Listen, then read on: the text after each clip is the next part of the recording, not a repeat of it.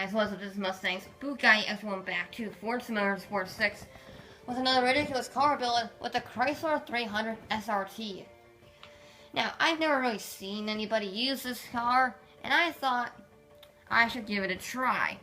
Not only that, it can get a lot of power because you can put the 5.9 liter V8 racing engine in it, giving us 1,000 horsepower near enough. And we get some pretty big tires on this thing. You do get the normal Chrysler 300 bumper on it if you really want it. So, I mean, you could always have that. I don't know why you would. Doesn't look that good on the car, in my opinion. I'm not going to put that on it as weight. That raises drag. I will put that on. It does weigh 4,000 pounds. You want some good race tires? Now, we get 275s on the front. That's decent. That's actually pretty decent. And we get, 345s on the rear. That's very nice. I like that. So we probably won't have that many traction problems. I think we'll be good on the traction front. The question is, can we get that weight down? Because we weigh 4,500 pounds, basically. So can we lower that? Can we get that to like 3,000? Like 3,000 pounds? And preferably, I would want 2,500. But I can guarantee you we won't get 2,500 out of this Chrysler. So, I'm just going to hope that we get a lot of weight out of this. Hopefully the roll cage doesn't add that much. So, this is going to be interesting. I have no clue what this is going to expect. I have no clue what this is going to do. Alrighty. Come on. Put it. I want the part on, please. Da, da, da. There we go. Roll cage adds 180 pounds. Ugh, that's not good. Can you not do that? And take out 1,000. 913 pounds. We're at 3,600 pounds. It's rather heavy. It's really rather heavy. But we do have 994 horsepower and 783 foot-pounds of torque. So, maybe this could actually go rather fast. Okay, our time to beat is 50.259, set by the Ford GT Le Mans car. I'm not sure if it'll beat that, but... Man, am I still screwed up? No, okay, good. I was just making sure. Ooh, the brakes are not that good. The brakes are questionable. Probably because it's so heavy and going so fast. Yeah, I do not trust the brakes as much as I do in some of the other vehicles. They're a little scary. They are a little scary, the brakes. So I gotta brake a little early into these corners just to get it turned. Okay, we have 5 laps. And I think this will be rivaling the bowler because it has, actually, I'm gonna guess it's around the bowler. I think the bowler is still in first place if my memory serves me right. I suck at memorizing times. I only know the basic lap time, the lap time you have to beat. I only remember that time, none of the others. None. It's annoying. I don't like it, but that's just how the world works with me. Ooh. Get a little bit on the curb. Okay. So, because the Bowler had 1,200 horsepower, all-wheel drive, but it was a top-heavy thing, and like to have grip roll. This is heavy, has 1,000 horsepower, and has no grip roll, but it is rear-wheel drive. So, yeah. Well, we will have to see. We will have to see.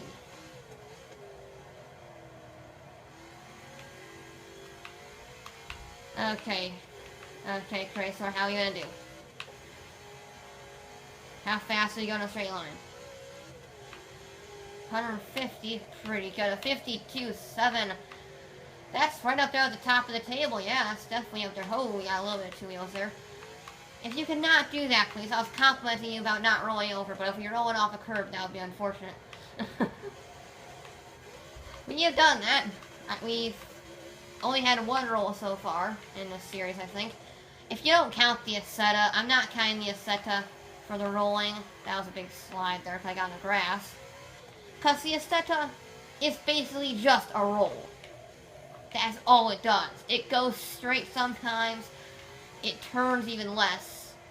And every other time it wheelies and rolls over.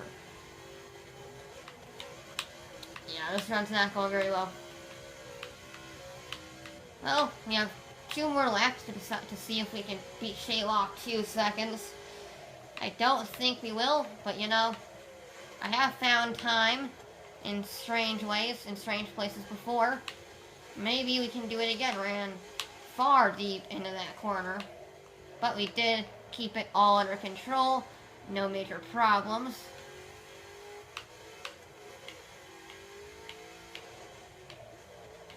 Because as you push for more time, you get a little bit more risky and take more corner speed. But you can get understeer in this car. This car does have a little bit of understeer in it. Not too bad, very manageable. But in order to push, you have to push harder in order to get the best lap time. But if you want to, you have to be mindful of the understeer. And it's a very difficult act to balance. It's an incredibly difficult act to balance. Okay, we have one more lap. Nope, we don't have another lap because I can't turn. You see, that's what I'm talking about. The corner speed. It just lacks.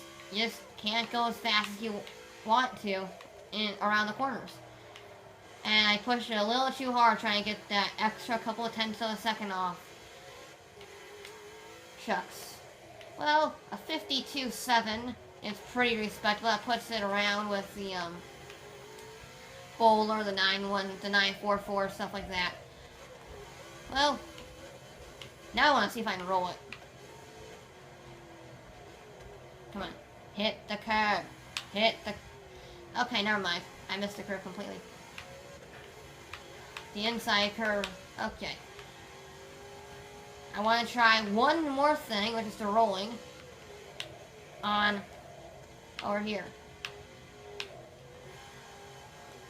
There we go. I had to. And it worked perfectly. That was a beautiful roll off the curb. Beautiful roll. And this is completely stock, too. No stiffened suspension or anything. It just has upgraded suspension, no tuning. Well, a 52.7. That puts it in the top 4, in the top 3, I think. But let me just make sure, okay, I can't remember anything. On to the time, a 52.740 will put the Chrysler in 4th place. A couple of tenths of a second faster than the Ford Falcon from the Australian muscle car, which is also a 4-door.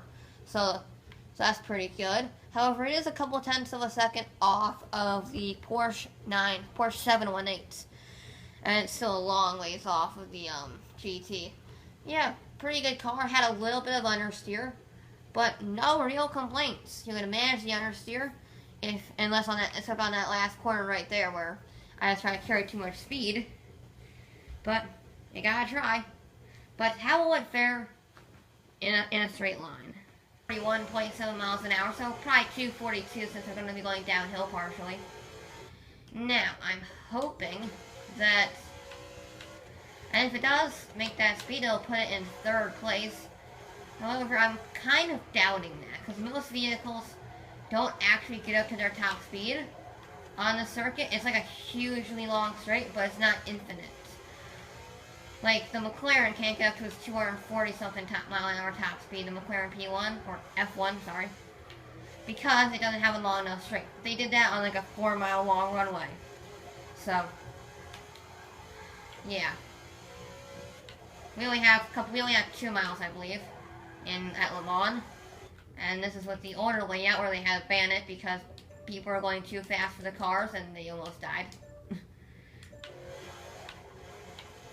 Okay, here we go. How fast do we go around the corner? 160. Oops. 180. So we go 180, probably a little bit more if I miss a shift. 210 already. 220. Come on, Chrysler. 230.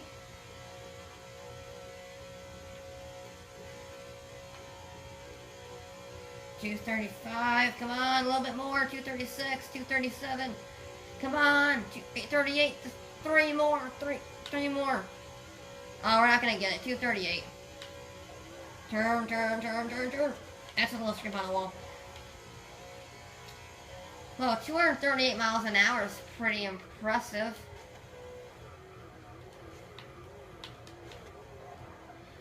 It's not the 241 that I wanted, 242.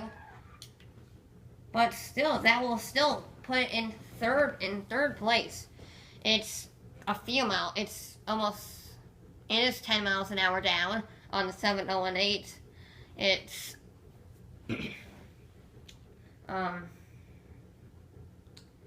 and it's I can't think of the words.